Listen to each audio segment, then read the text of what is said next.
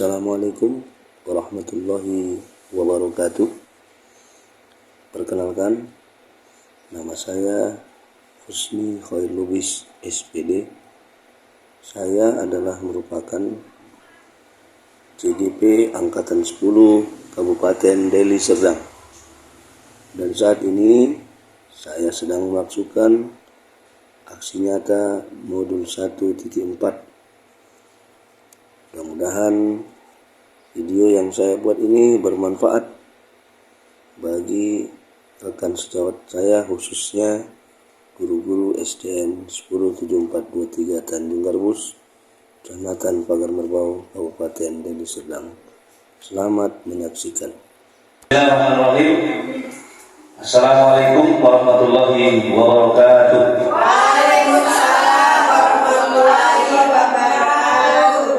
Alhamdulillah, wassalatu wassalamu ala rasulillah Sayyidina Maulana Muhammad ibn Abdillah. Yang kita hormati Bapak Kepala Sekolah yang sedang dalam perjalanan akan menuju ke ruangan kelas ini. Kemudian ibu-ibu guru hebat semua.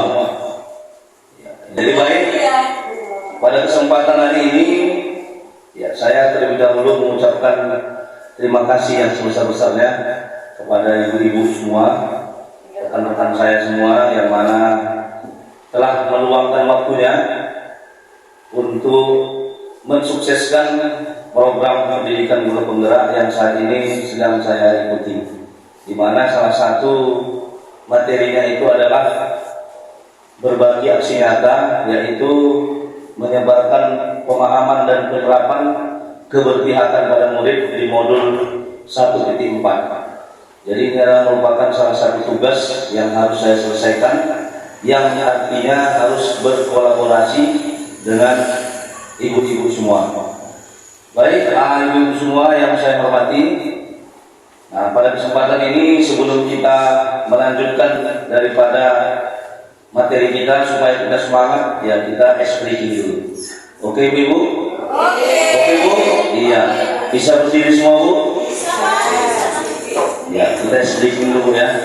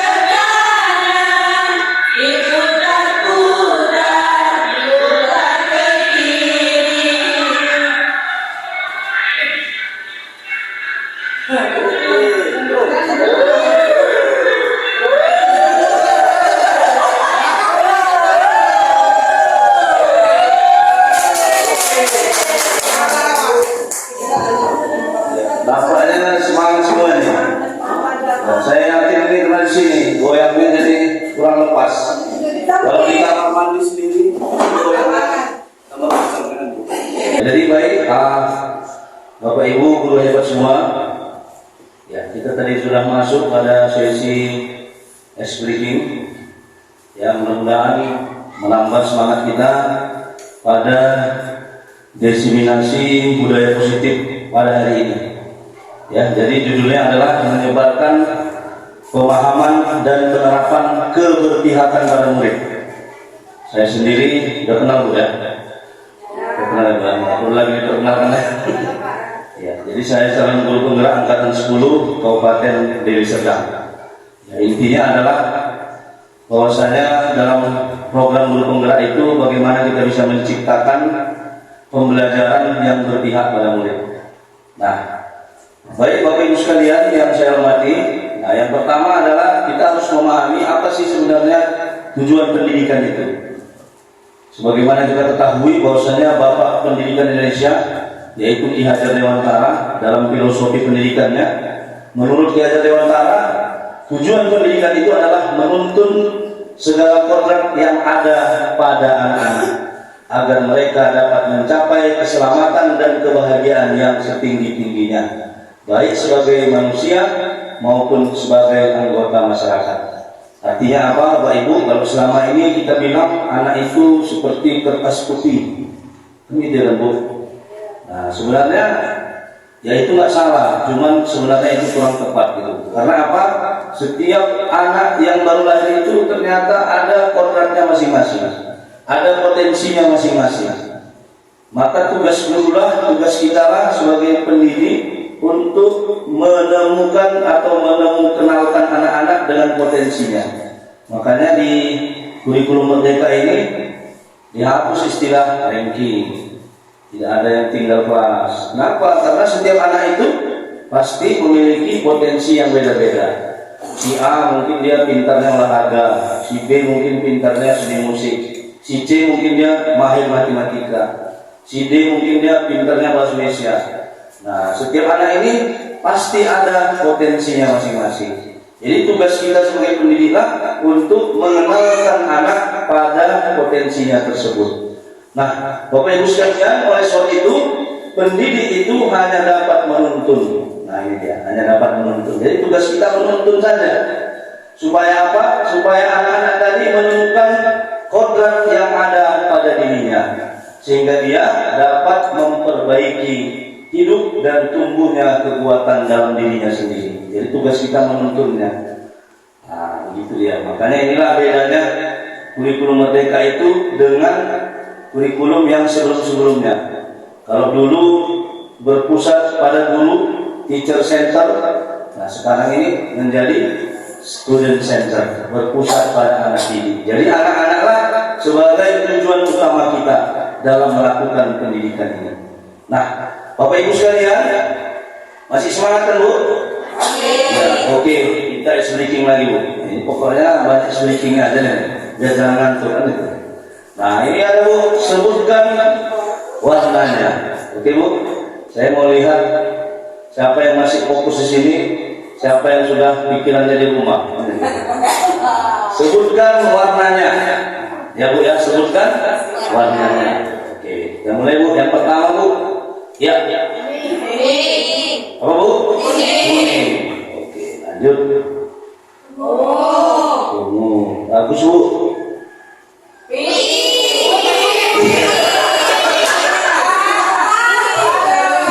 Kita ingat Bu, cluenya. Sebutkan warnanya. Bukan sebutkan tulisannya ya Bu. Memang tulisannya pink, tapi warnanya putih. Nah, berarti ini udah mulai ada yang ngantuk. Kita lanjut Bu. Lapar Bu? Lapar? Oke, siap Bu. Dia lebih ngasih sendiri.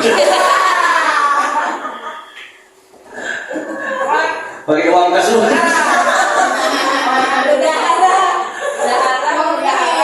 Oke, kita lanjut Bapak Ibu.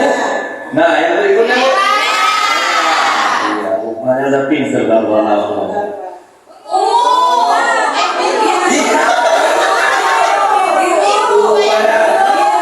Biru ya. Oke Bu.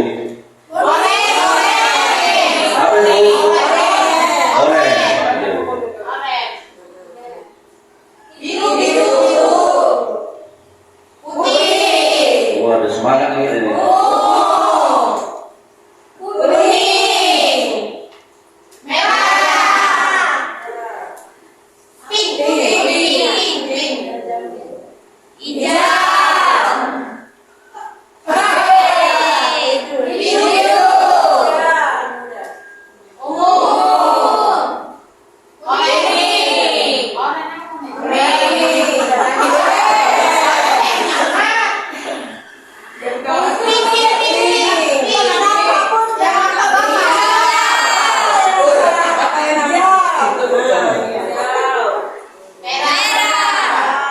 Oke, tepuk tangan Bu. Lebih baik kita lanjut pada materi kita. Nah, Bapak Ibu sekalian, tentunya saja untuk mewujudkan tujuan pendidikan yang saya sebutkan di awal tadi, maka ada istilah namanya budaya positif. Ya Bapak Ibu, budaya positif. Apa sih budaya positif itu? Budaya positif itu adalah nilai dan kebiasaan di sekolah yang berpihak pada murid agar mereka dapat berkembang menjadi pribadi yang kritis, penuh hormat dan bertanggung jawab sesuai dengan profil pelajar Pancasila. Nah, ketika kita membuka poin ini, emangnya ada nggak di sekolah itu ya budaya yang tidak berpihak pada murid, kebiasaan yang tidak berpihak pada murid? Ada nggak Bu? Apakah di sekolah kita ini semua kebiasaannya sudah berpihak pada murid? Nah, berarti kita harus memahami dulu apa saja sih kebiasaan-kebiasaan yang berpihak pada murid. Nah, satu contoh, ketika siswa kita nggak siap PR, kemudian dia kita hukum, misalnya kita suruh hormat bendera, kira-kira hukuman itu berpihak pada murid apa enggak? Nah, ayo gimana Bu? Misalnya ini ada siswa yang nggak siap PR. Oh, nggak siap PR ya? Wah, keluar loh, hormat bendera setengah jam. Kira-kira hukuman itu berpihak pada murid apa enggak? Enggak Bu ya? Nah, sementara di dalam tujuan pendidikan yang disebutkan oleh Ki Hajar Dewantara tadi, berarti kita harus mencari hukuman apa yang berpihak pada murid. Maka inilah namanya budaya positif. Nah, Bapak Ibu sekalian, tentunya saja, nah ini dia. Bagaimana sih cara kita untuk membuat konsep utama budaya positif itu agar berhasil berjalan dengan baik? Maka ada hal yang harus kita persiapkan. Inilah yang mau kita bahas pada hari ini. Ada 7 hal. Panjang Bu ya? Panjang. Nah, yang pertama itu perubahan paradigma belajar. Kemudian ada disiplin positif, kebutuhan dasar manusia, motivasi perilaku manusia, restitusi posisi kontrol hulu, kemudian ada keyakinan kelas, dan yang terakhir segitiga restitusi. Nah ini dia. Nah ketujuh hal ini apabila bisa kita jalankan, maka mudah-mudahan sekolah kita menjadi sekolah yang berpihak pada murid. Nah itu kan tujuannya, bukan berpihak pada murid. Oke, kita nanti setelah mendengarkan ini barulah kita paham ternyata berpihak pada murid itu seperti ini. Mungkin selama ini sudah kita lakukan, cuman belum tahu kita namanya. Nah, kan sering gitu kadang. Dan kita lakukan tapi kita nggak tahu namanya apa. Nah, di sini kita akan membahasnya. Oke Bu. Ya ini dia. Yang pertama tadi perubahan paradigma belajar. Nah, Ibu sekalian, dalam membangun budaya positif, sekolah dapat menyediakan lingkungan yang positif, aman dan nyaman agar siswa mampu berpikir, bertindak dan mencipta dengan merdeka, mandiri dan bertanggung jawab. Disiplin sangat berkaitan dengan kontrol guru terhadap siswa. Berarti untuk menciptakan paradigma belajar, ya berubah dari masa yang dulu ke masa kini, berarti kuncinya adalah disiplin. Ini Bu, disiplin itu memang adalah yang utama. Bahkan kunci sukses itu adalah kedisiplinan. Oke Bu, masih semangat Bu? Semangat. Makan aja Bu. Makan Bu. Sampai ke sini. Dikasih aja dulu. Siapa? Sampai kita sih. Mantap nih. Ya apa? Nanti kan siap apa makan kita. Yes. Masih jangan dari kameranya. Apa Bu? Nanti kan bisa di-cut ya. Nah, ditambil bagian. Ya baik, Bapak Ibu sekalian, oleh sebab itu kunci untuk menerapkan perubahan paradigma belajar itu adalah terletak pada disiplin. Nah, jadi bagaimana kita bisa menciptakan kedisiplinan di sekolah kita? Karena apapun ceritanya, bila keadaan sudah disiplin, maka siswa akan menjadi positif, aman dan nyaman dalam berpikir, bertindak, dan mencipta dengan merdeka, mandiri dan bertanggung jawab. Oke, kita lanjut Bapak Ibu sekalian. Ya, ini dia. Nah, ini ada sebuah contoh kasus Bapak Ibu yang saya ingin mendengar kira-kira solusi dari Bapak Ibu untuk menyelesaikan kasus ini. Anda dan teman Anda akan melakukan kegiatan coba lakukan. Anda adalah A. Tugas Anda adalah mengepalkan salah satu tangan Anda. Coba Anda bayangkan bahwa Anda menyimpan sesuatu yang sangat berharga di dalam kepalan tangan Anda. Anda perlu menjaga benda tersebut. Oke. Dan seterusnya. Ini saya minta relawan untuk 2 orang. Oke Bu, relawan. Bu Bintang Bu. Iya. Ke depan Bu. Satu lagi Bu Juli. Iya. Oke, silakan Bu. Ya, sini enggak apa-apa. Yang penting apa? Apa nih kamera? Yang penting yang keluar apa? Yang penting kan. Oke, jadi Bu, ini punya. Ya, yang satu berperan sebagai membuka menutup tangan kepala. Seolah-olah di tangan Bu Bintang ini ada sesuatu yang sangat berharga. Kemudian tugasnya adalah bagaimana caranya supaya Bu Bintang mau membuka tangannya. Tentu bisa dengan merayu, bisa dengan memberikan stimulus berupa hadiah, bisa juga dengan marah-marah, bisa dengan mengancam, memaksa. Coba Bu, silakan Bu. Bu Bintang, Bu Juli.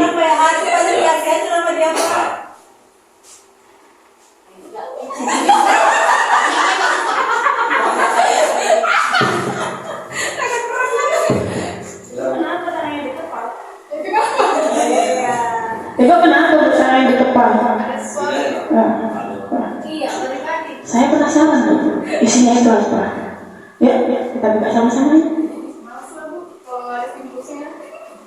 Males lah.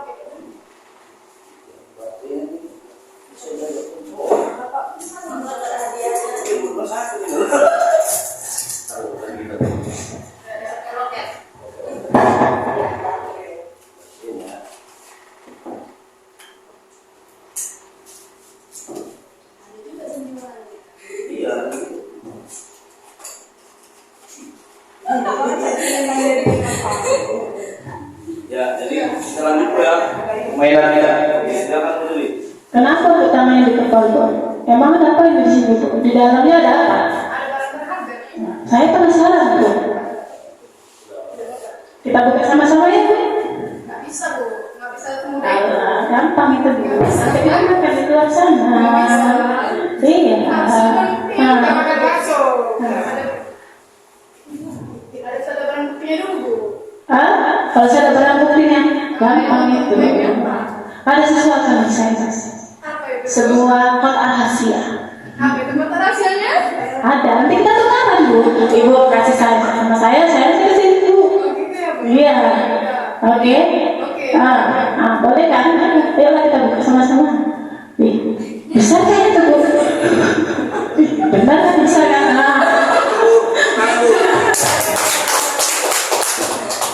Baik. Ya, jadi ini satu contoh hal yang sederhana, ya, yang tadi sudah diperankan oleh kawan kita Bu Bintang, seolah-olah dia memegang barang yang berharga, ya kan? Kemudian Bu Juli tadi ingin merayunya untuk bisa membuka tangannya yang ada barang berharga. Tapi tadi pada kasus yang kita lihat di depan tadi terlalu mudah. Bu Bintang mungkin orangnya dia modelnya materialistis. Kan gitu. Begitu dia diiming-imingi dengan materi, rahasianya langsung dibongkar, ya kan itu. Ya memang ada juga manusia seperti itu.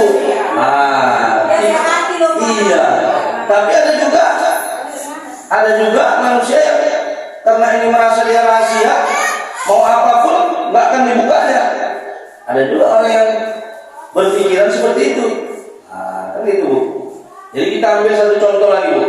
Ya, ini misalnya ada orang yang memang luar biasa, mau apapun dibilang dia nggak mau membuka rahasianya. Mungkin diperankan sama Bu cerita. Silakan Bu cerita.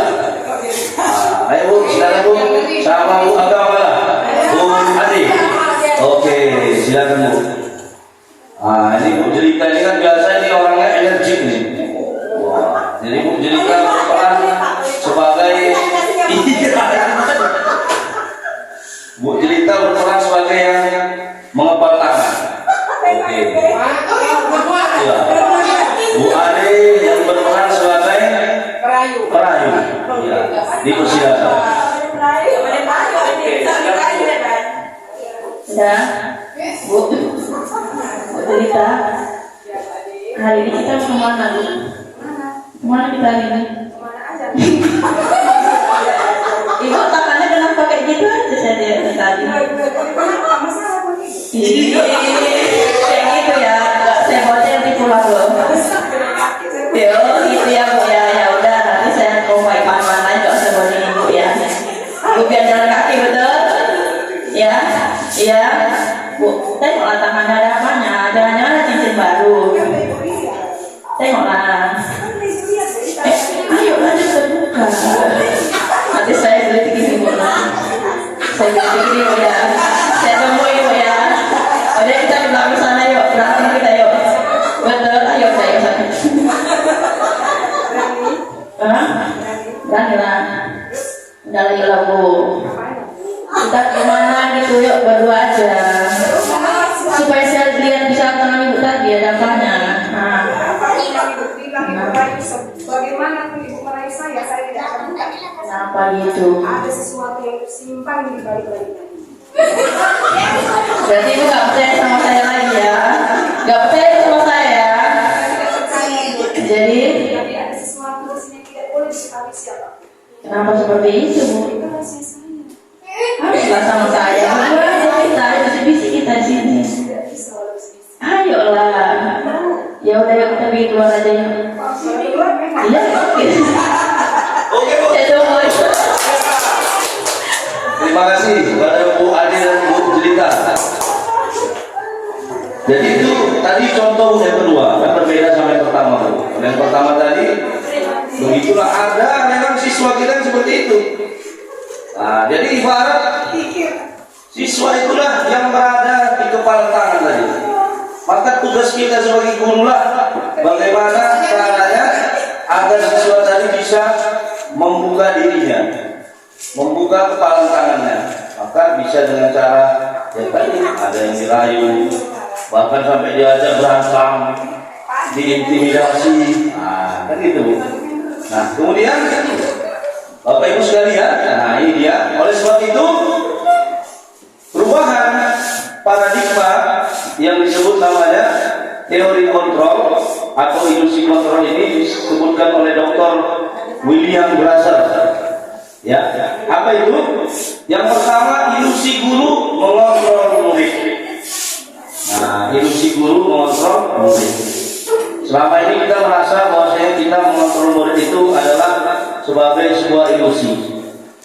Ternyata apa yang kita kerjakan itu tidak sesuai dengan yang dibutuhkan oleh kodrat murid. Nah, perasaan kita udah betul kita suruh ya. Misalnya nih ada siswa kita yang telat, kita marahi. Nah, perasaan kita udah benar dalam memarahinya ya kan Bu. Atau ada siswa kita yang nggak siap PR, kita marahi dia, kita hukum. Perasaan kita udah benar, yang kita lakukan itu benar. Ternyata yang kita lakukan itu belum tepat. Karena apa? Kita belum mengetahui latar belakangnya. Kenapa dia terlambat? Kenapa dia tidak mengerjakan PR? Nah, jadi tugas kita sebagai guru Bapak Ibu. Kemudian yang selanjutnya ilusi bahwa semua penguatan positif itu efektif dan bermanfaat. Nah, artinya apa? Ketika kita mengajak orang berbuat baik, kita menganggap itu adalah hal yang bermanfaat, tapi belum tentu. Kenapa? Kebutuhan manusia itu berbeda-beda. Nah, kemudian yang ketiga, ilusi bahwa kritik dan membuat orang merasa bersalah dapat menguatkan karakter. Selama ini siswa itu kalau salah kita marahi. Kau yang bergaduh sama kawan-kawan, awas kau begitu lagi. Kita menganggap bahwasanya kita marah ini adalah hal yang benar, padahal belum tentu. Kalau anaknya terima, kalau anaknya dendam sama kita, makin muak ada yang muka kita. Besok masuk juga ada yang ikut ini, tukang marah, bagus lah. Itu makanya itulah muncul julukan guru dia kan bu. Dulu kita waktu sekolah pun ada yang kita bilang guru. Oh ini guru killer ini. Oh ada yang bilang guru roll, mana-mana kok roll. Tukang mukuli murid. Kan gitu. Ada yang bilang gurunya pelawak, melawak aja kerjanya. Artinya apa bu? Belum tentu yang kita buat itu membuat karakter anak itu kuat. Bisa jadi sebaliknya, malah melemahkan. Dan kemudian yang selanjutnya, ilusi bahwa orang dewasa itu memiliki hak untuk memaksa. Nah ini dia. Selama ini kita guru sebagai orang dewasa, kita merasa bahwa kita bisa memaksa anak-anak. Padahal tidak bisa. Kenapa? Karena anak-anak punya kodratnya masing-masing. Begitu. Ya, kita lanjut Bapak Ibu sekalian. Nah, maka kita harus memahami apa itu disiplin. Karena kunci untuk menerapkan budaya positif tadi adalah disiplin. Oke Bu, disiplin. Apa itu disiplin? Nah ini dia. Disiplin itu berasal dari bahasa Latin. Disiplina, yang artinya belajar. Nah ini dia. Berarti dalam artian disiplin itu membuat orang menggali potensinya menuju sebuah tujuan apa yang dihargainya. Dalam budaya kita, makna disiplin telah berubah menjadi sesuatu yang dilakukan seorang pada orang lain untuk mendapatkan kepatuhan. Kira-kira menurut Ibu, kalau bahasa kita Bu, apalah disiplin itu? Ayo coba. Bu Rita kira-kira tahu disiplin itu. Karena kita sering kan Bu, ayolah kita harus disiplin. Tepat waktu. Iya, apalagi Bu? Disiplin, mematuhi peraturan. Tapi itu kan Bu, disiplin itu mematuhi peraturan. Oleh sebab itu kita harus bisa menghubungkan kata disiplin dengan ketidaknyamanan, bukan dengan apa yang kita hargai atau pencapaian suatu tujuan mulia. Artinya gini Bu, kita harus bisa membuat anak-anak itu disiplin dari dalam hatinya. Karena kadang-kala anak-anak itu disiplin ada juga yang karena dia tertekan, karena dia takut sama gurunya, atau karena kita beri hadiah. Makanya pemberian hadiah itu bagus, cuman kurang efektif. Ya kan Bu? Ayo anak-anak, siapa yang bisa menjawab ini, Ibu kasih coklat. Tiap hari buat coklat. Rupanya suatu hari Ibu lupa buat coklat. Begitu di kelas, karena nggak ada hadiah, nggak ada yang mau jawab. Ayo anak-anak, siapa yang bisa jawab? Diam semua. Loh, kenapa nggak ada yang jawab? Nggak ada coklatnya. Berarti timbul makna disiplin itu bukan karena dari dalam dirinya, tapi karena ada sesuatu hal yang diharapkannya. Maka di sekolah ini itu yang mau kita dapatkan supaya anak-anak menimbulkan nilai disiplin itu dari dalam dirinya. Nah, Bapak Ibu sekalian, kemudian ini dia.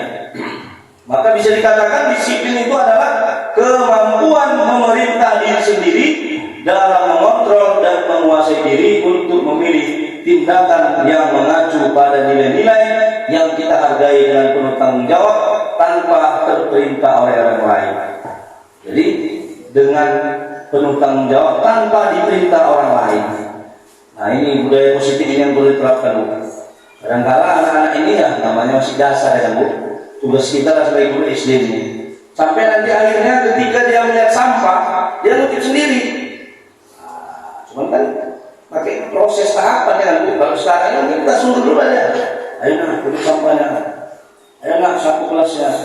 Sampai nanti tujuannya berhasil atau tidaknya kita menerapkan disiplin itu, ketika dia melihat sampah, dikutipnya sendiri. Oh, dulu kata ibuku, kalau ada sampah harus dikutip. Berarti secara tidak langsung kita sudah memasukkan nilai disiplin ke dalam hatinya. Itu. Oleh sebab itu nilai-nilai yang kita hargai adalah nilai kebajikan, sifat positif manusia yang merupakan tujuan mulia yang ingin dicapai setiap individu, yaitu nilai-nilai dalam profil pelajar Pancasila. Oke Bu. Kita lanjut Bu ya. Ini biar kencang aja Bu. Siapa nih ya slide-nya sampai baca terima kasih gitu. Nah, ya kan Bu. Nah, masuk poin yang ketiga Bu. Kebutuhan dasar manusia. Boleh hitam coba, untuk videonya masih jangan Bu. Jadi harus pulang penuh memorinya. Awak mau ngomongin depan. Masih Pak. Rupanya videonya mati. Bilang lagi. Capek ini kurang kerjaan namanya. Jangan kan? Masih kok. Oke, masih kita lanjut Bu. Ya, yang ketiga Bapak Ibu, kebutuhan dasar manusia. Nah, dalam artian setiap manusia itu memiliki kebutuhan dasar. Dan kebutuhan dasar itu pasti berbeda-beda. Nah, ini dia kita lihat ada 5 kebutuhan dasarnya. Bertahan hidup, kemudian kesenangan, kebebasan, kasih sayang, dan rasa diterima, dan yang kelima penguasaan. Ini adalah kebutuhan dasar manusia. Oleh sebab itu kita harus menempatkannya sesuai dengan posisinya. Nah, ini ada sebuah contoh kasus lagi Bapak Ibu. Nah, ini dia. Ya, kita lihat ya. Ibu Ria, guru kelas 6 di SD Permai, sedang bingung menghadapi ulah salah satu murid di kelas yang bernama Agus. Ibu, beberapa anak telah datang dan mengeluhkan Agus yang seringkali meminta bekal makan siang mereka dengan paksa. Jika Anda menghadapi situasi seperti Bu Ria, apa yang Anda lakukan? Menurut Anda kira-kira apa alasan Agus melakukan hal ini? Coba Bu. Nah, ini dari guru senior ini. Dari Bu Ria, kira-kira Bu apa pendapatnya Bu? Kalau ada siswa seperti ini Bu, dia tukang mintain makan siang kawannya. Kira-kira apa yang Ibu lakukan sama si Agus ini? Kita tanya dulu latar belakang si Agus. Kenapa kok sering minta makanan sama kawannya? Iya. Berarti apa kita tanya? Agus, kamu di rumah sarapan enggak? Latar belakangnya dulu. Iya, berarti Ibu panggil si Agusnya, kemudian Ibu tanya, iya, apa alasan dia melakukan itu ya kan Bu? Iya. Kan nggak langsung Ibu marah, kenapa kau minta makanan kawanmu? Kan gitu kan Bu. Berarti kita sudah melalui sebuah proses Bu. Itu nanti namanya segitiga restitusi. Nah, memang seperti itulah arah tujuan pendidikan sekarang ini. Tidak bisa kita begitu siswa ada kesalahan langsung kita marahi. Begitu siswa salah langsung kita marahi. Lama-lama kita dipanggil siswanya tukang marah. Nah, itu. Nah, padahal Bu tidak seperti itu. Nah, oke Bu. Nah, ya kita lihat Bu. Ini dia. Nah, dalam konteks penerapan disiplin di kampus tadi Bu, Ibu Ria sebaiknya mencari tahu alasan agar melakukan tindakan tersebut, agar mengetahui kebutuhan mana yang sedang berusaha dipenuhi oleh Agus. Betul tadi Ibu bilang kan, cari tahu kenapa dia gitu. Nah, maka yang pertama yaitu apa Bu? Agus lapar dan orang tuanya tidak membawakannya bekal makan siang. Bisa jadi Bu, karena hal itu. Ya kan Bu, itu adalah kebutuhan hidup yang pertama tadi, survival. Apa survival Bu? Jelita survival apa? Ya apa itu Bu maksudnya? Survival bahasa Indonesia Bu? Survival. Artinya tanya juri. Iya. Dua kali dua. Apa itu survival saja? Dua kali Pak. Jul, survival apa artinya? Apa ya Pak? Mandiri. Oh, mandiri ya. Jadi kemudian yang kedua, teman Agus jadi perhatian Agus. Ini dia Bu. Mungkin si Agus itu gitu karena dia mau nyari perhatian kawannya Bu. Karena ini kebutuhan yang kedua, love and belonging, cinta dan kasih sayang. Dia ingin disayangi, dia ingin diperhatikan oleh orang lain. Mungkin di rumah dia nggak dapat perhatian. Dan ini memang banyak kan Bu di kelas kita temui seperti ini. Anak-anak yang kurang perhatian dari orang tuanya. Akhirnya dia nyari perhatian sama gurunya, nyari perhatian sama teman-temannya. Ada yang ngendong sama gurunya. Pas pula gurunya lagi banyak masalah. Apa kau?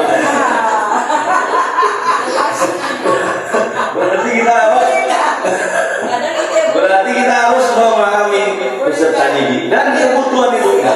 Karena dia ingin disayangi,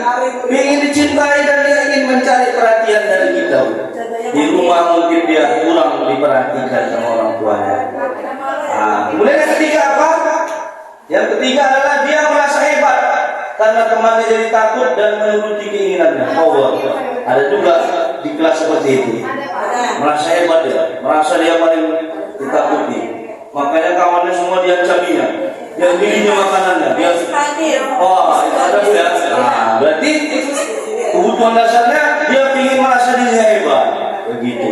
Kemudian yang keempat, Agus merasa bosan dengan bekal yang dibawa orang tuanya karena selalu bekal yang sama setiap hari. Berarti dalam hal ini freedom, kebebasan. Dia ingin bebas, maunya tiap hari ganti-ganti menunya. Berarti sama kalau kita kaitkan dengan diri kita mengajar di kelas. Kenapa sih anak ini kok malas sekali belajar? Pertanyaannya, kita tidak bisa serta-merta menyalahkan anak. Jadi kita yang salah, mungkin kita ngajarnya begitu aja, bosan anaknya terakhir. Ini kalau masuk nyatat, tugas PR. Ya, habis itu nggak dinotet. Masuk nanti, Pak Usni masuk. Nah, tengok bukunya halaman segini, kerjakan 1-10. Bapak itu tinggi. Itu ya, iya jujur ya. Artinya apa Ibu? Berarti kita sebagai guru harus memahami kebutuhan manusia, kebutuhan peserta didik kita apa. Jadi kita tidak bisa menyalahkan kesalahan itu pada anak didik kita. Kita tanya diri kita dulu. Oke Bu. Kemudian yang berikutnya, Agus hanya iseng dan dia menikmati ekspresi wajah temannya yang kesal. Fun. Dia gembira dengan orang kesal. Tukang gangguin, tukang mencacimi, tukang musili. Diusilinya kawannya. Karena dia senang dia melihat kawannya susah. S4, senang lihat orang susah. Ketawa dia. Padahal kan dia apa-apa. Kalau dipanggil guru, kenapa kau buat gitu? Senang dia. Senang aja Bu Agus. Nengok kawan itu gitu. Itu ya. Oke. Kita lanjut Bapak Ibu. Selanjutnya, ini ada sebuah kasus lagi Bapak Ibu. Hukuman, sanksi, konsekuensi. Ini adalah 3 hal yang berbeda. Hukuman, sanksi, dan konsekuensi. Bagaimana kita memahaminya? Nah ini dia. Ada sebuah kasus. Iva kurang menguasai pelajaran matematika, sehingga pada saat pelajaran tersebut berlangsung, dia lebih banyak berdiam diri atau menggambar di buku. Pada saat guru matematika yang Pak Seno menanyakan pertanyaan, Iva menjadi gugup dan tak sengaja menjatuhkan tasnya dari kursi, serta tiba-tiba menjadi gagap pada saat berupaya menjawab. Seluruh kelas pun tertawa melihat perilaku Iva yang bicara tergagap dan terkejut tersebut. Pak Seno pada saat itu membiarkan teman-teman Iva menertawakannya, sehingga ia melihat Iva tergagap dan malunya luar biasa, dan malahan minta Iva untuk maju ke depan dan berdiri di depan kelas sambil menunjuk hidungnya karena tidak bisa menjawab pertanyaan Pak Seno. Kelas semakin gaduh dan anak-anak pun tertawa melihat Iva di depan kelas memegang ujung hidungnya. Berarti kan dia dihukum dengan kursi Iva ini. Nah, kira-kira ada nggak kita gini Bu? Nggak ada Bu ya? Kalau ada diam-diam aja. Nah, pertanyaannya Bu, apakah Anda setuju dengan tindakan Pak Seno terhadap Iva? Gimana menurut Bu Tania Bu? Setuju nggak Bu? Tidak setuju Bu ya? Nah, kenapa Bu nggak setuju? Iya, menjatuhkan, ya kan Bu, menjatuhkan mental siswa tadi. Dan itu berbahaya kan Bu. Perasaan kita benar, harapan kita menghukum dia seperti itu supaya besok dia jangan gitu. Padahal kita nggak tahu latar belakangnya. Padahal latar belakangnya tadi kenapa? Karena dia tidak menguasai matematika. Gitu. Menurut Anda, tindakan Pak Seno terhadap Iva adalah sebuah hukuman atau konsekuensi? Mengapa? Coba hukuman atau konsekuensi? Hukuman Bu ya. Yang milih hukuman siapa Bu? Coba angkat tangan.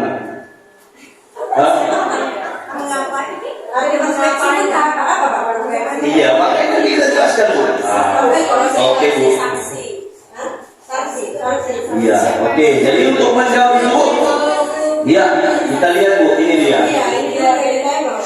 perbedaan di antara ketiganya, Bu. Kalau dia hukuman, itu menunjukkan identitas yang gagal. Jadi jangan sempat lagi masa sekarang ini, Bu, kita memberikan hukuman pada anak-anak. Ya, karena hukuman itu cenderung kepada yang namanya kegagalan. Sedangkan yang sukses itu adalah bisa dia namanya konsekuensi, bisa namanya restitusi. Oke, Bu, restitusi. Nah, apa dia? Hukuman itu, Bu, sesuatu yang menyakitkan. Dihukum dia. Itu berarti namanya itu hukuman. Ya kan, Bu? Nah, itu hukuman yang dilakukan Pak Selo terhadap si Ipa. Itu sebuah hukuman. Kemudian apa, Bu? Sesuatu harus terjadi, itu namanya konsekuensi. Sedangkan restitusi itu adalah pilihan. Nah, ini dia penjelasannya. Ya, nah, jadi untuk selanjutnya supaya kita lebih memahaminya, Bapak Ibu. Nah, ini dia. Ada disebut namanya teori motivasi perilaku manusia. Ada motivasi eksternal, ada motivasi internal dan motivasi eksternal. Kita lihat. Yang pertama yaitu untuk menghindari ketidaknyamanan hukuman apa yang akan terjadi apabila saya tidak melakukannya. Berarti itu eksternal, dari luar dirinya.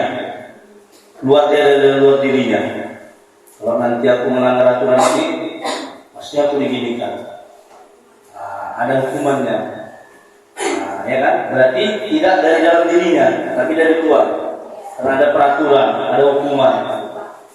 Untuk mendapatkan imbalan dari orang lain, institusi apa yang akan saya dapatkan apabila saya melakukannya. Ini yang tadi. Kita dapat penghargaan, dapat hadiah. Berarti itu juga dari luar diri kita. Yang baik itu dari dalam diri kita sendiri. Dari dalam diri kita yaitu untuk menghargai diri sendiri. Saya akan menjadi orang yang seperti apa bila saya melakukannya. Bila aku buat gini, pasti aku jadi gini. Bukan karena kita si anak dari takut. Itu namanya konsekuensi. Ya. Oke, Bapak Ibu, kita lanjut sedikit lagi. Nah, ini dia. Ini ada kasus, Bu. Kira-kira, Bu. Ya. Nah, ini kita jawab pertanyaannya, Bu. Yang pertama, lari mengelilingi lapangan basket 2 kali karena terlambat ada di sekolah. Kira-kira hukuman atau konsekuensi, Bu? Hukuman. Oke, nanti kita lihat jawabannya, Bu. Hukuman. Membersihkan coretan yang dibuatnya di meja tulis. Hukuman atau konsekuensi? Konsekuensi. Oke, Bu. Berarti yang kedua konsekuensi, Bu, ya. Kemudian yang ketiga, murid diminta untuk push up 15 kali karena tidak menggunakan masker di sekolah. Hukuman. Yang keempat, menggantikan kertas tugas teman yang telah dicoret-coret. Konsekuensi. Yang kelima, berjemur di lapangan basket pukul 12 siang karena mengobrol dengan teman.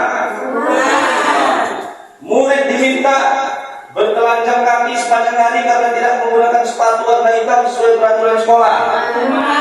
Hukuman. Kemudian yang terakhir, berdiri di depan kelas sambil mengangkat kaki satu karena tidak bisa menjawab pertanyaan. Hukuman. Kita lihat jawabannya, Bu.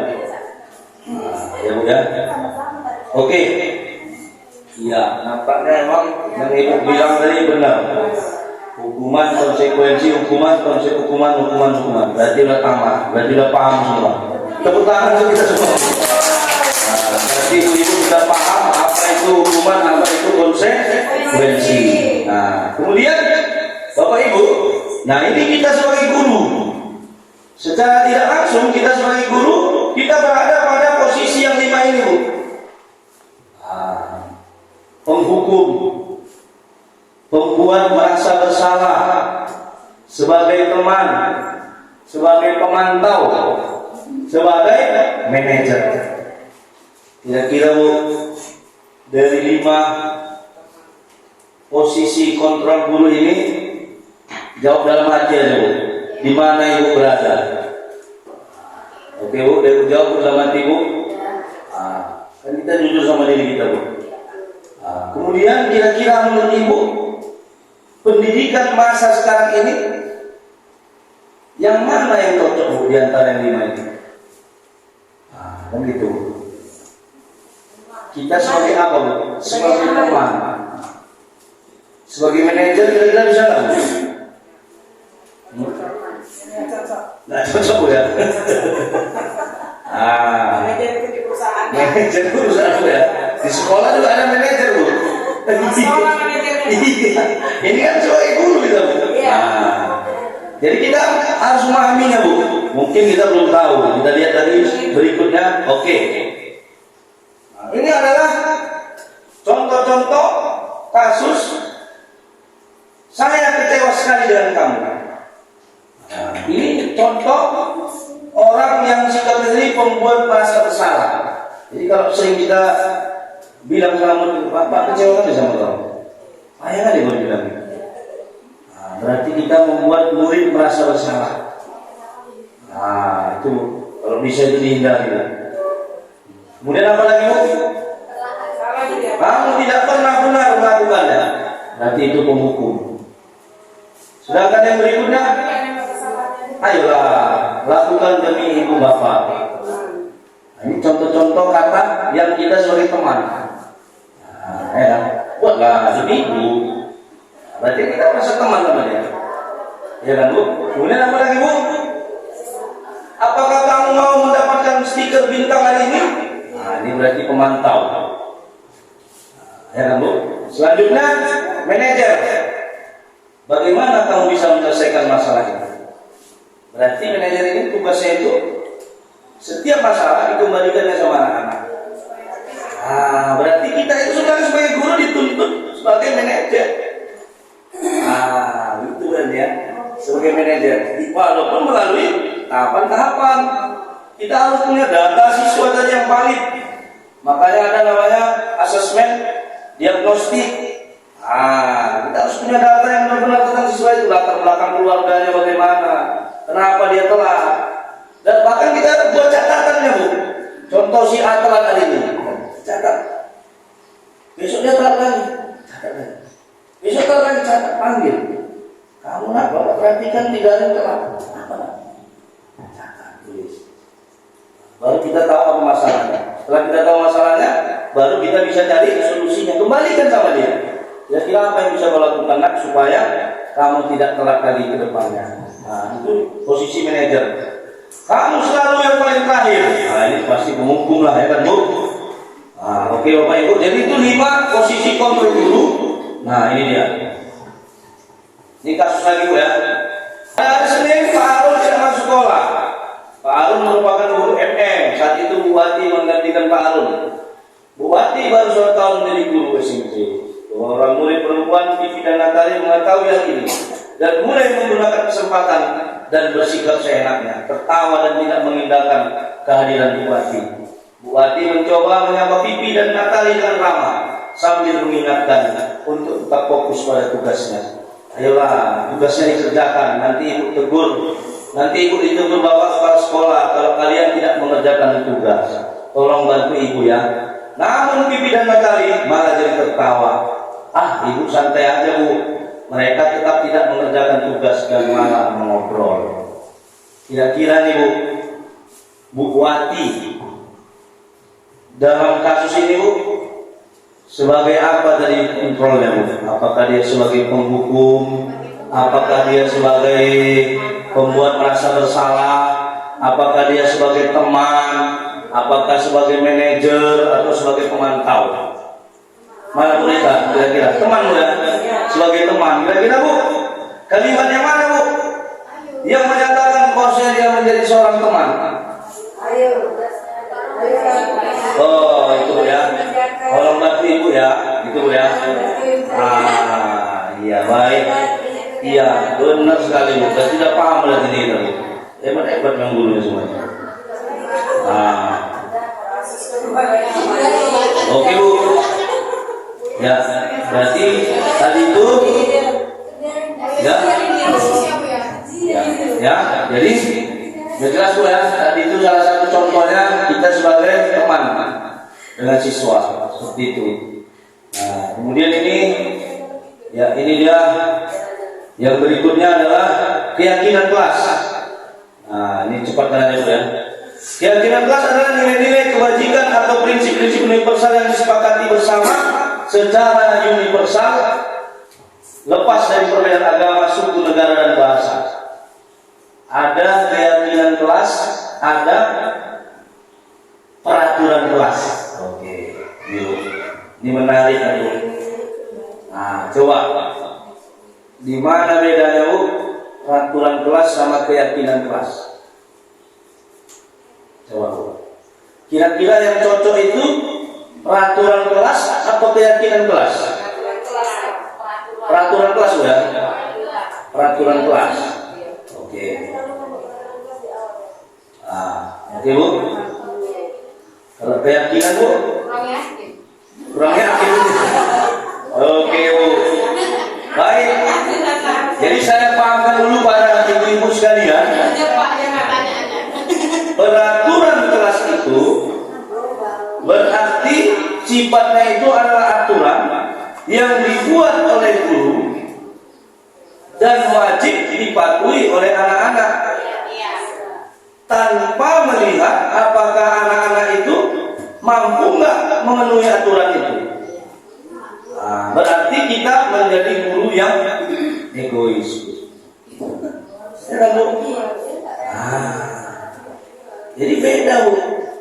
Maka pada era pendidikan sekarang ini yang benar itu adalah keyakinan kelas. Di mana keyakinan kelas itu?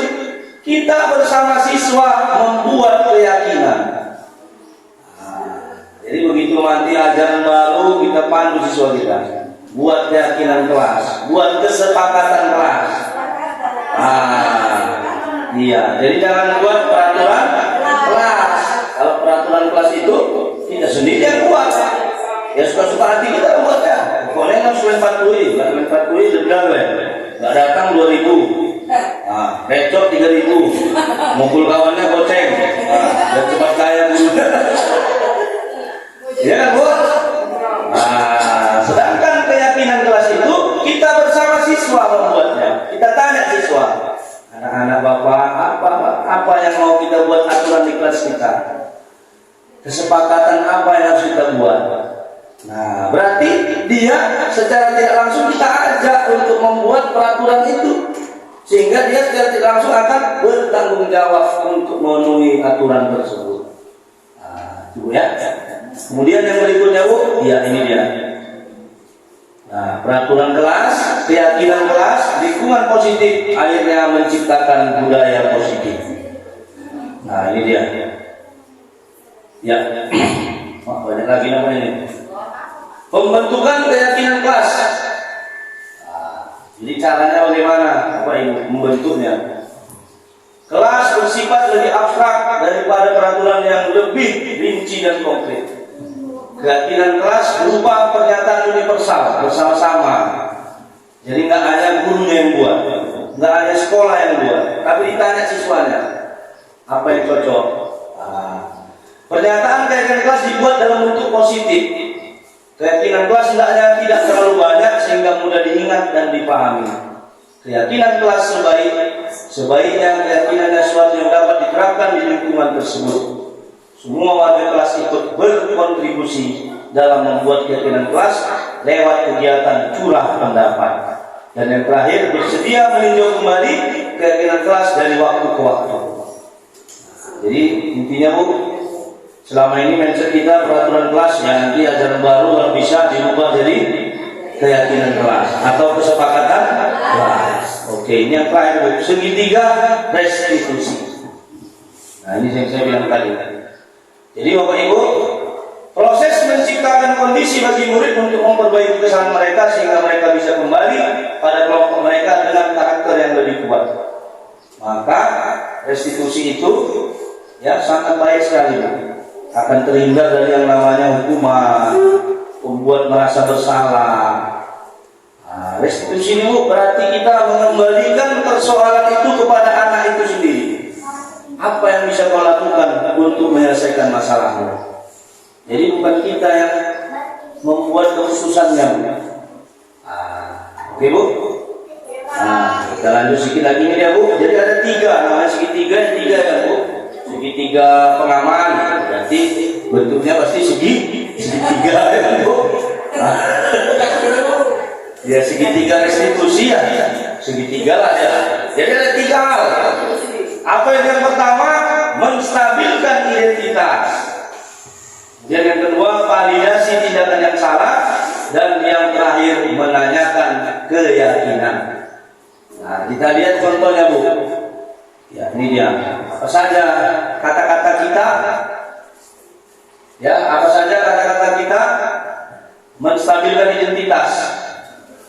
Berbuat salah itu tak apa-apa. Tidak ada manusia yang sempurna. Saya juga pernah melakukan kesalahan seperti itu. Kita bisa menyelesaikan ini. Bapak Ibu tidak tertarik mencari siapa yang salah, tapi Bapak Ibu ingin mencari solusi dari permasalahan ini. Kamu berhak merasa begitu. Nah, itu namanya menstabilkan identitas. Jadi kita kembalikan identitas siswa tadi, supaya dia tidak merasa bersalah. Kemudian poin yang kedua, validasi tindakan yang salah. Kamu pasti punya alasan mengapa kau melakukan itu. Kamu patut bangga pada dirimu sendiri karena kamu telah melindungi sesuatu yang penting buatmu. Oke Bu. Kemudian menanyakan keyakinan. Ini dia, apa yang kita percaya sebagai kelas atau keluarga?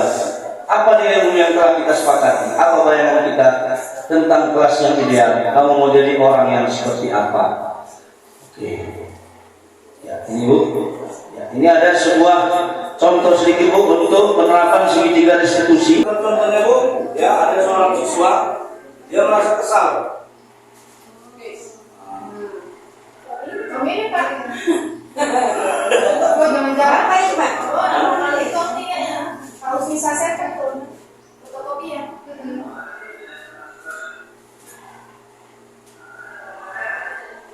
Iya. Lu marahin dirinya sendiri tuh kayak. Cuman ini Bu, dari langkah suara Bu ya. Nggak bisa apa ya? Nggak bisa Bu. Ya intinya gini Bu, ini ya ini saya ceritakan aja. Jadi ini seorang siswa, dia ini marah sama kawannya karena di kelas kawannya tadi menjahilinya. Bahkan kawannya tadi menulis nama orang tua siswanya di depan papan tulis, besar-besar buat nama orang tuanya. Nah, sehingga akhirnya siswa ini marah dia sama kawannya tadi. Nah, kawan yang dimarahin tadi lapor sama gurunya. Kalau seandainya tidak ada tahapan restitusi, saya yakin dan percaya kalau kita yang menanggapinya, pasti kita panggil. Parahan sini dulu. Kenapa kamu ngamuk di kelas tadi? Boleh kok kayak gitu. Kalau saya hebat korban, udah jago kok. Ini tidak Bu. Padahal itu tidak tepat. Maka dengan tahapan segitiga restitusi, maka yang pertama itu stabilkan identitas. Dipanggillah si anak tadi ke kantor atau kemana, ke ruangan mana. Kita tanya, tadi Bapak dengar kamu di kelas ada masalah nggak? Apa masalahnya nak? Coba ceritakan. Nah, jadi si anak cerita, begini Pak, saya tadi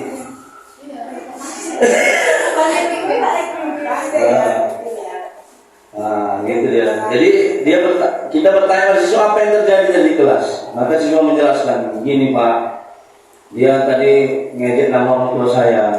Bahkan ditulis ya Pak, di papan tulis besar-besar Pak. Ya emosi lah saya Pak. Ya kan Bu. Maka tadi bahasa yang menstabilkan identitas itu kita bilang juga, oh iya Pak, seandainya Bapak jadi kaum, pasti Bapak marah. Namanya nama orang tua kita diejek ya kan, pasti marah lagi kan. Maka yang berikutnya apa Bu? Validasi tindakan. Maka kita tanya sama dia, walaupun kau marah, apakah perbuatan itu benar nak? Pasti kan si anak menjawab, salah Pak. Salah kan nak?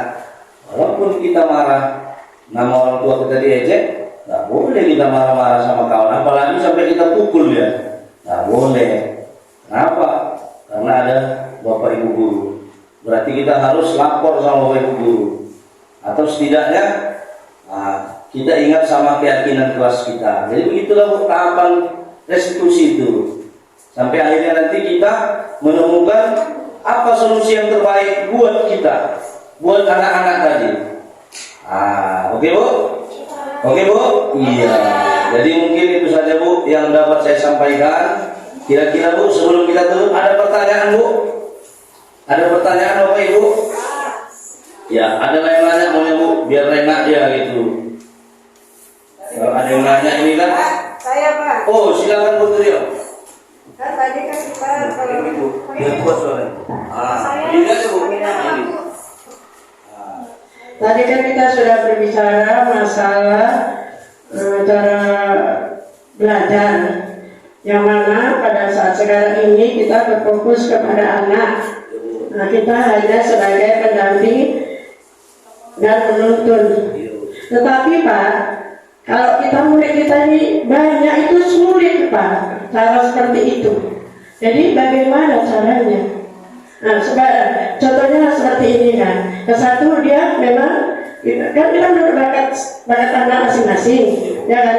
Mungkin ini ada bakat yang suka membaca, ada suka menulis, ada suka menggambar. Tetapi karena murid banyak tadi, kita jadi kewalahan.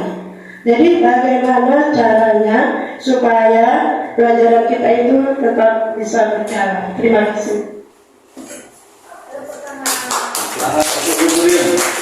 Ya, terima kasih. Ya, jadi Bu, untuk menjawab pertanyaan itu, ya memang seperti itu Bu. Kadangkala teorinya sudah mantap, tapi praktek di lapangan masih belum baik lagi. Padahal ini sudah baik ya Bu kalau diterapkan, tapi kenyataan di lapangan itu tidak sesuai dengan yang diharapkan oleh Bapak Ibu guru. Termasuk yang menjadi persoalan utama adalah kurangnya sarana prasarana. Maka ada SPM Bu. Nah, pemerintah itu sebenarnya menetapkan SPM, standar pelayanan minimal. Minimal berapa siswa SD itu satu kelas? Nah, itu berapa Bu? 28. Berarti seharusnya kita itu mengikuti SPM tadi. Cuman kalau seandainya lebih dari 28, ya seperti kelas ibu kan mungkin 44, ada yang 45, satu kelas pula itu. Ya kan Bu? Ya ini artinya kita mimpi dulu lah bukan itu. Teori dulu, karena masih banyak memang ya itu tadi pertentangan dalam kebijakan. Kita maunya seperti itu, tapi ya ini ya off the record kan itu. Ya kita lihat juga kadang-kala ya banyak pula usia sekolah, pas pula kelas 1 tahun ini membludak. Mau kita tolak nggak mungkin, ya kan Bu? Sementara rumahnya di sekitar sini. Mau kita tambah sarana, lokasi bangunan di sekolah kita udah pas-pasan. Mau dibuat 2 shift, ada yang pagi, ada yang siang. Orang tuanya banyak keberatan, anaknya nggak bisa ngaji. Iya begitu. Ya intinya kita jalankan aja Bu sesuai kemampuan kita. Nah, sambil kita berdoa dan berharap semoga Allah Subhanahu Wa Taala membukakan pintu hati para pemimpin-pemimpin yang ada di negara kita ini. Amin. Sehingga yang sudah baik ini bisa kita jalankan di sekolah kita. Kan begitu Bu. Oke Bu? Ya, memang begitu. Selalu itu kendalanya. Iya, teori sama praktek jauh beda.